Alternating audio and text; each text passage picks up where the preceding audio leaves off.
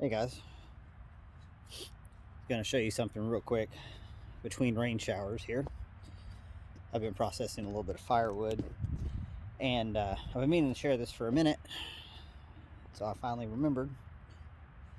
Uh, when it comes to figuring out where you want to put stuff on your homestead, it's real easy to want to hide things, especially when it comes to like materials processing, like firewood, wood chips, compost, that kind of stuff.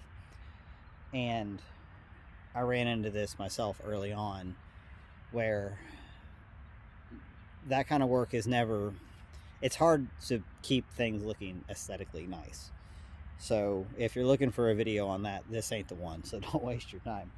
However, it does make sense to put it in an area that's easily accessible. I know it's kind of obvious. So a little snag I ran into when we were getting established here on the hill, was that the kind of the highest point of the area that we occupy is also more or less the flattest.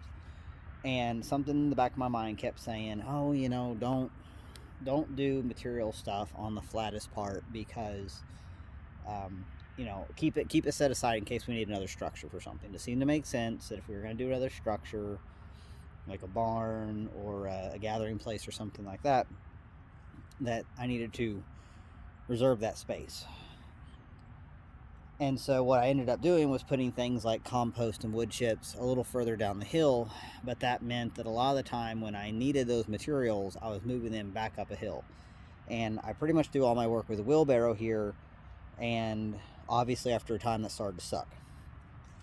So I kind of reevaluated and just started shifting everything. Like when I needed to start a new compost or whatever, or if I needed wood chips dropped off, I shifted everything to this highest point that's somewhat flat, which means when I need to move this stuff, it's all downhill. It's all downhill from here.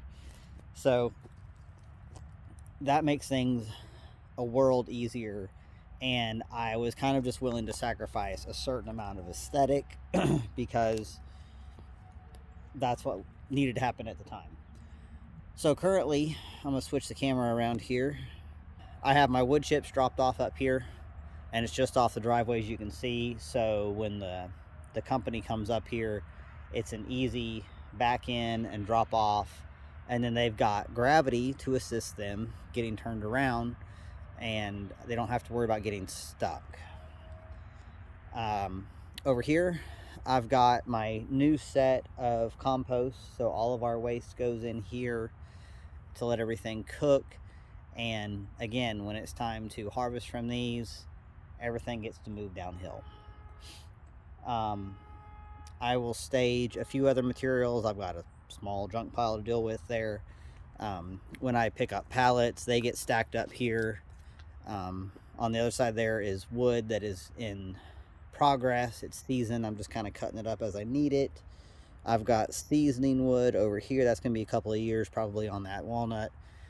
And this cluster right here is on its way to being cleared out. That was a composting style that I do not care for. So yeah, everything works with gravity. It's just easier. I've got there in the buried freezer is my worm composting system. I slapped that together a couple of days ago, so I have a place to do some potting when it's time, because I'll harvest castings right out of that freezer, and that will be my potting soil for starting plants. So like I said, the aesthetics not the best. I don't know, maybe over time I'll kind of get this cleaned up. I'll probably do something kind of semi-permanent in terms of like a really nice wood rack for seasoning wood, and just kind of keep things a little bit more pretty. I know wives are a fan of that thing. Us guys, it doesn't matter quite as much. So that's kind of my my tip for the day. Oh yeah, one more thought that I had here, where I'll cut and process firewood. Throw a tarp down. I forgot to do it this time. I was only cutting a few pieces, but if you're doing any kind of decent amount of firewood processing, throw a tarp down on the ground and hang on to those shavings, hang on to those the sawdust and all that comes off of that, because I will use that in the chicken coop. You can add it to your compost, and it's just easy enough to bundle up and throw into a vessel that you're keeping in the dry. So y'all have a good day. Thanks for listening. See you next time.